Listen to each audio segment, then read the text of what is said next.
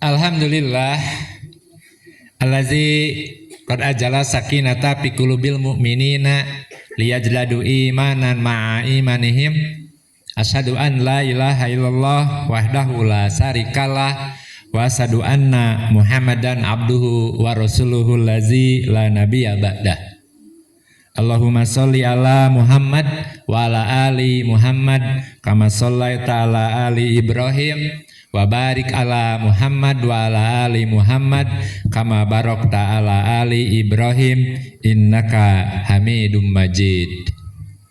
Allahu akbar la ilaha illallah Allahu akbar walillahil hamd. Faqala Allahu ta'ala fil Qur'anil azim a'udzubillahi minasyaitonir rajim faqultu istaghfiru rabbakum innahu kana ghaffara yursilis samaa alaikum midrara wa yamdidkum bi amwalin wa banin wa yaj'al lakum jannatin wa yaj'al lakum anhar. Aidin wal aidat yang sama-sama berharap ridha Allah Subhanahu wa taala. Tidak ada puja dan puji kecuali puja dan puji milik Allah Subhanahu wa taala. Semua datang dari Allah dan akan kembali kepada Allah Subhanahu wa taala. Ketika ada orang yang merasa terpuji, maka tidak perlu merasa pujian. Karena pada hakikatnya semua puja-puji adalah datang dan milik Allah Subhanahu wa taala. Karena itu, maka ketika pada hari ini kita mengucapkan takbir, pada hari ini kita mengucapkan tahmid, pada hari ini kita mengucapkan tasbih, maka tentu itu semua kita laksanakan dalam rangka melaksanakan pujian kepada Allah Subhanahu wa taala. Ketika ada manusia yang merasa terpuji, tentu saja itu bukan miliknya sendiri. Karena itu semua adalah mutlak pemberian Allah Subhanahu wa ta'ala. Maka tidak ada orang yang akan merasa terpuji kecuali pujian itu hanya diberikan oleh Allah Subhanahu wa ta'ala. Ketika Allah mengambil pujian itu sendiri, maka pada saat yang bersamaan semua puji yang dimiliki oleh manusia itu akan lenyap seketika. Allahu akbar la ilaha illallah Allahu akbar walillahil hamd. Pada hari ini kita melaksanakan sebuah hari raya kemenangan. Meskipun pada waktu yang bersamaan tentu saja ada perbedaan pelaksanaan hari raya. Ada sebagian umat kita, saudara kita yang sudah melaksanakan hari rayanya di hari Kamis. Ada juga yang sudah merayakannya di hari Jumat, dan kita juga pada hari ini merayakannya di hari Sabtu hari ini. Tentu saja bahwa kita merayakan itu semua adalah memproklamirkan diri kita kepada umat sedunia bahwa kita sudah mencapai sebuah kemenangan. Pertanyaannya tentu saja, menang dari apa kita pada hakikatnya? Jangan-jangan di antara kita ada orang-orang yang justru merayakan tapi tidak jelas perayaan apa yang dia rayakan. Karena ternyata berdasarkan penelitian ada orang-orang yang melaksanakan sholatnya hanya 1 tahun 1 kali atau 1 tahun 2 kali, yaitu melaksanakan Idul Adha dan Idul Fitri. Meskipun ada sebagian orang yang juga hanya ada yang bisa melaksanakan sholat hanya seminggu sekali, yaitu Jumat.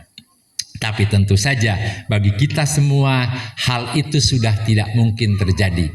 Karena saya yakin kita yang hadir pada kesempatan ini tidak hanya merayakan sholat Idul Fitri, tidak hanya merayakan sholat Idul Adha, tapi kita sudah melaksanakan ibadah-ibadah lainnya yang diwajibkan oleh Allah Subhanahu wa ta'ala kepada kita semua.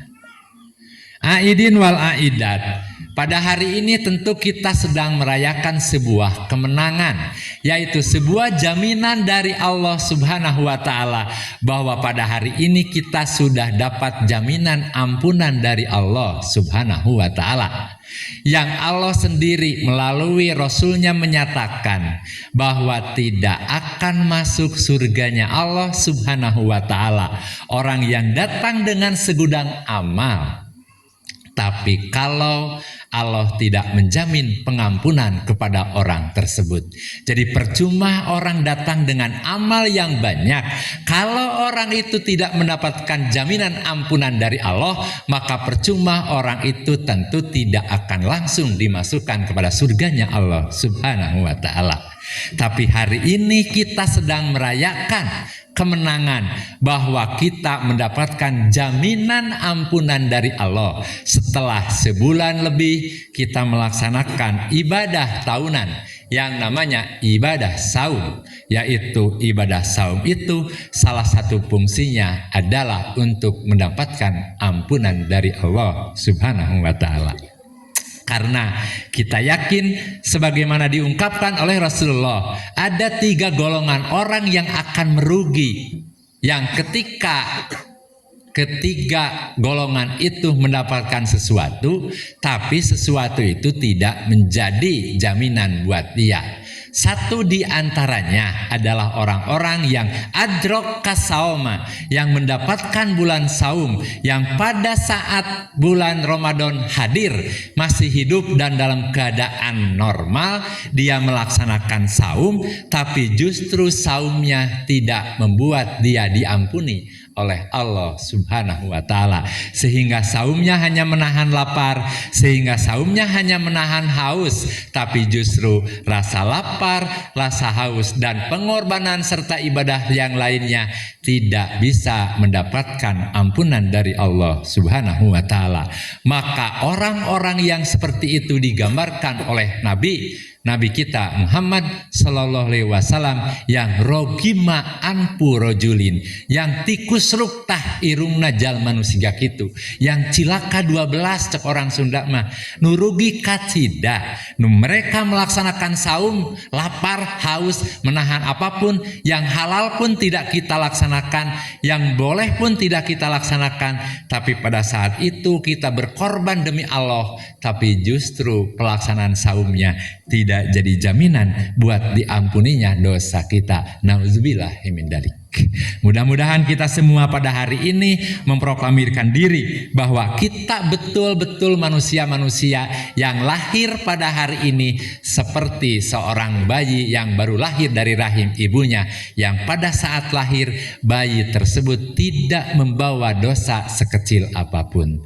Yang digambarkan seperti itu, itulah Yaumul Fitri, yaum yang hari kebebasan, hari kemenangan, hari kebersihan dari semua dosa. Aidin wal aidat. Tentu saja bahwa semua orang berharap akan masuk surga.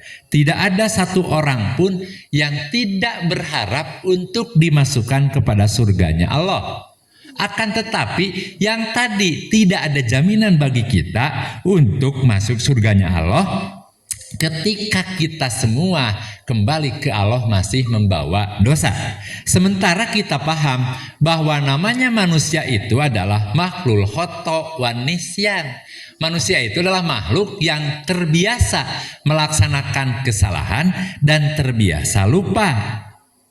Di satu sisi bahwa kita mempunyai karakter lupa dan dosa, di sisi lain bahwa kita harus pulang kepada Allah untuk tidak membawa dosa. Oleh karena itu pentingnya kita untuk mengucapkan istighfar, memintakan ampunan seperti ayat yang saya bacakan barusan dalam surat Yunus ke-11 dan seterusnya. Istaghfiru robbakum, silahkan kalian segera minta ampunan kepada Tuhan kalian. Fa innalahu ghaffar, karena sesungguhnya Allah itu, Tuhan kita semua itu adalah Maha Penerima ampun. Maka ketika kita mengucapkan istighfar, yursilis samaa mirdadan, Allah akan menurunkan hujan yang begitu lebat, yang karena hujan itu Allah akan menambahkan rizki yang banyak, Allah akan memberikan anak yang banyak, Allah juga akan menumbuhkan berbagai macam buah-buahan, dan Allah akan mengalirkan sungai-sungai. Artinya bahwa salah satu fungsi istighfar, di samping istighfar adalah sebagai cara untuk minta ampunan Allah, meminta ampunan dosa kita kepada Allah, maka fungsi istighfar juga adalah sebagai pembuka rizki buat kita. Maka Rasulullah SAW dalam hidupnya itu sehari-hari tidak kurang dari 100 kali istighfar. Pertanyaannya, kalau kita sudah berapa kali? Padahal kita juga sebetulnya kalau dihitung-hitung kurang lebih tidak kurang melaksanakan istighfar 100 kali. Contoh, ketika kita sedang sholat, maka praktek sholat dan doa-doa sholat itu pada hakikatnya adalah doa-doa untuk meminta ampunan. Contoh, dalam sholat kita satu membaca doa iftitah. Di antara doa iftitah itu contoh, misalkan salah satu doa iftitah ada subhanaka, ada wajahtu, ada Allahumma ba'id. Allahumma ba'id saja di awal-awal kita sudah membacakan Allahumma ba'id baini wa baina. Ya Allah, jauhkan kami dengan dosa kami seperti jauhnya antara timur dan barat. Itu satu. Yang kedua, ketika kita ruku, dan ketika ruku kita membacakan subhana rabbiyal azim atau subhanaka wa bihamdika Allahumma gfir. Maka doa ruku pun adalah doa minta ampunan. Dua, ketiga, ketika kita duduk di antara dua sujud, maka kita pun membaca Robbik firli, dan seterusnya. Ada yang Robbik firli, ada Robbik firli warhamni wajburni wanfa'ni, ada juga tergantung. Itu semua bisa kita laksanakan. Tergantung apakah sholat kita sedang rusuh atau sholat kita sedang nyantai. Yang dimaksud bukan sholatnya yang rusuh, tapi ketika kita sedang ada waktu yang memang kurang senggang, maka boleh kita menggunakan doa-doa yang pendek. Tapi sependek apapun doa itu, maka yang kita baca Robbik firli. Dan terakhir, ketika doa atahiyat terakhir, kita pun meminta untuk dijauhkan dari adab kubur, adab siksa neraka, dan adab fitnatil mahyai wal mati wa min fitnatil masihid dajjal. Berarti dalam sholat saja, dalam satu rakaat kita sudah meminta ampunan 4 kali. Jadi kalau kita melaksanakan dalam satu sehari semalam 17 rakaat yang paling minimal kita laksanakan, berarti kita sudah melaksanakan 4 kali 17, sudah 68 kali kita minta ampunan. Ditambah lagi wirid, ditambah lagi dikir-dikir yang lain, seperti tambah lagi astagfirullah kalau kita melihat sesuatu yang tidak layak, kita pun mengucapkan astagfirullah. Jadi kalau Rasulullah mengucapkan kalimat astagfirullah selama 100 kali, sejumlah 100 kali selama satu hari, maka kita pun tidak mustahil melaksanakan hal yang sama. Kembali kepada masalah yang tadi, jadi ternyata kita itu perlu mengucapkan astagfirullah sebagai upaya untuk minta maaf kepada Allah Subhanahu wa Ta'ala. Karena manusia tidak lepas dari urusan dosa dan salah. Pada dasarnya manusia itu berdosa terdiri dari 3 sebab. Yang pertama, ada dosa yang disebabkan oleh ketidaktahuan. Yang kedua, ada dosa yang disebabkan atau kesalahan oleh kelalaian atau kelupaan. Dan yang ketiga, ada dosa yang disebabkan oleh karena sengaja saja memang berbuat dosa. Jadi 3 penyebab manusia berbuat dosa itu: 1, mungkin karena tidak tahu, yang kedua karena lalai atau lupa, dan yang ketiga adalah karena sengaja berbuat dosa. Ada orang yang tidak tahu berbuat kesalahan karena memang tidak tahu itu salah. Ada juga yang memang membuat kesalahan karena lalai saja, karena biasanya terlalu ditungkulkan ku urusan duniawi. Tapi ada juga orang-orang yang melakukan dosa dikarenakan sengaja berbuat dosa. Maka kualitas penyebab orang berdosa itu juga akan menentukan kualitas seberapa tinggi tingkat dosa orang itu kepada Allah. Jika orang berdosa karena tidak tahu, maka Allah akan mengampuni dosa tersebut. Jika dosanya karena lupa atau karena lalai, tentu saja maka dosa itu harus dibayar ketika ingat.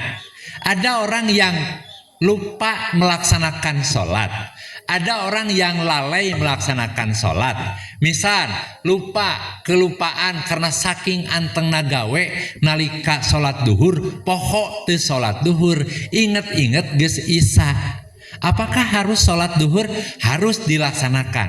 Atau ada orang yang ketiduran, lantas karena tidurnya dia lupa tidak melaksanakan sholat. Maka ketika bangun, ketika ingat, maka orang itu harus melaksanakan sholat tersebut. Itu kiparatnya.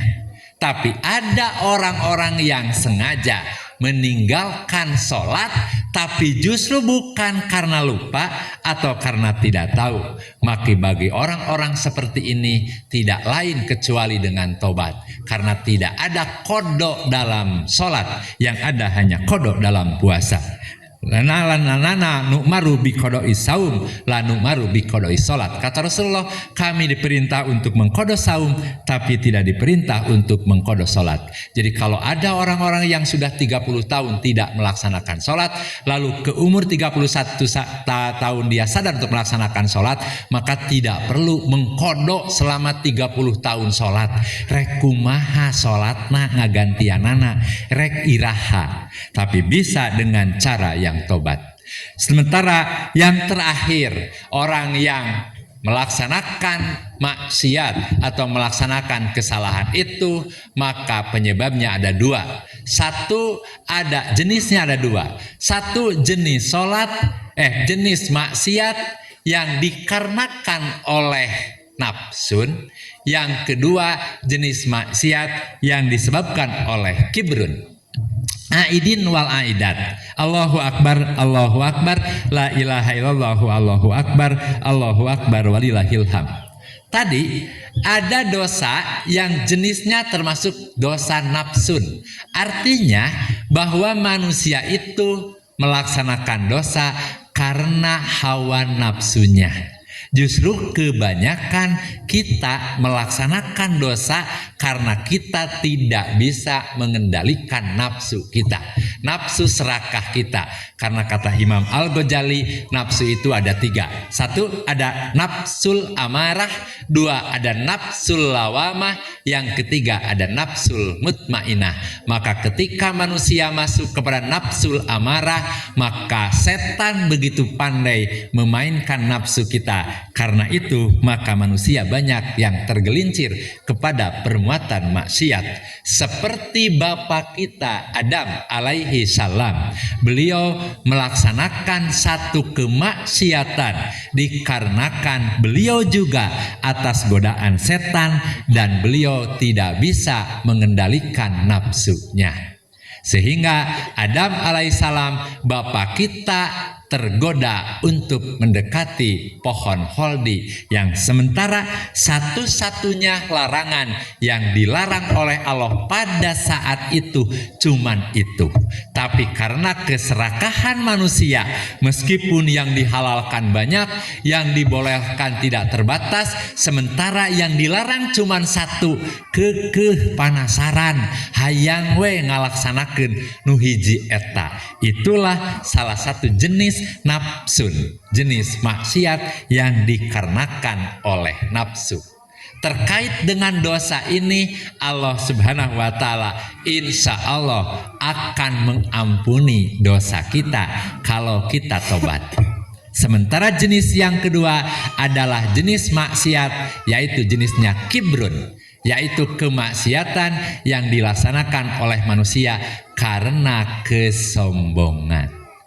Ibnu Qayyim al-Jauziyah memberikan pengertian dosa yang disebabkan oleh nafsun disebutnya dosa Adam, yaitu dosa yang pernah dilaksanakan oleh Nabi kita Adam alaihissalam. Sementara dosa yang jenisnya kibrun karena kesombongan itu digambarkan sebagai dosa iblis, karena iblis maksiat kepada Allah bukan karena lalai, iblis maksiat kepada Allah bukan karena lupa, apalagi iblis maksiat kepada Allah bukan karena tidak tahu siapa Allah, tapi justru iblis maksiat kepada Allah karena iblis istakbaro, iblis aba wastakbaro, dia menolak untuk ibadah kepada Allah, dia melaksanakan maksiat kepada Allah karena istikbar, karena sombong, adigung, adiguna, merasa lebih dari yang lain. Sehingga ketika iblis disuruh untuk sujud kepada Nabi Adam, dia mengatakan, kenapa saya harus sujud kepada Adam yang diciptakan ukur tina tanah, sementara saya lebih mulia dari Adam karena saya diciptakan dari api. Kesombongan iblis menciptakan dia untuk maksiat kepada Allah dan tidak mau sujud kepada Adam karena merasa lebih mulia dibandingkan dengan Adam alaihi salam. Mudah-mudahan kita semua terlepas dari semua kesalahan, semua dosa dari Allah Subhanahu wa taala, baik dosa-dosa yang disebabkan karena ketidaktahuan, baik dosa-dosa yang disebabkan karena lupa atau lalai, ataupun dosa-dosa yang sengaja kita melakukannya bukan karena lalai atau karena kebodohan.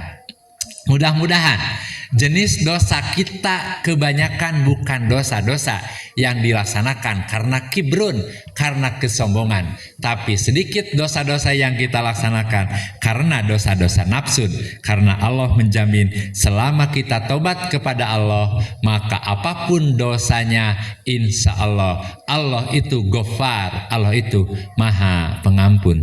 Di hari raya ini mari kita semua berdoa, mudah-mudahan bahwa kita merayakan kemenangan, betul-betul merayakan sebuah proklamasi bahwa kita terbebas dari Allah Subhanahu wa taala. Maka karena itu tidak salah pada kesempatan ini juga mari kita berdoa untuk dosa-dosa kita semua diampuni Allah Subhanahu wa taala. Amin ya rabbal alamin. Demikian juga kita meminta ampunan kepada dosa para orang tua kita, para sesepuh kita, para karuhun kita, para leluhur kita, baik yang masih ada maupun yang sudah tidak ada. Amin ya rabbal alamin. Kita juga berdoa untuk supaya anak-anak kita, keturunan kita semua diampuni oleh Allah Subhanahu wa taala. Dan terakhir kita juga berdoa kepada saudara-saudara kita, saudara turunan kita, saudara kenegara kita, saudara seagama kita, semua adalah saudara-saudara kita, maka kita semua diampuni juga dosanya oleh Allah Subhanahu wa taala. Amin ya rabbal alamin. Terakhir, atas nama pribadi saya mengucapkan tahniyah taqabbalallahu minna wa minkum, dan atas nama pribadi dan keluarga saya mengucapkan mudah-mudahan tidak ada salahnya melalui kesempatan ini untuk mohon permintaan maaf yang sedalam-dalamnya atas semua kesalahan kami, kesalahan keluarga kami kepada hadirin semua. Dan insya Allah kami dan keluarga besar akan memaafkan jika ada kekurangan, kesalahan dari hadirin semua. Itu mungkin yang bisa saya sampaikan, mudah-mudahan ada manfaatnya.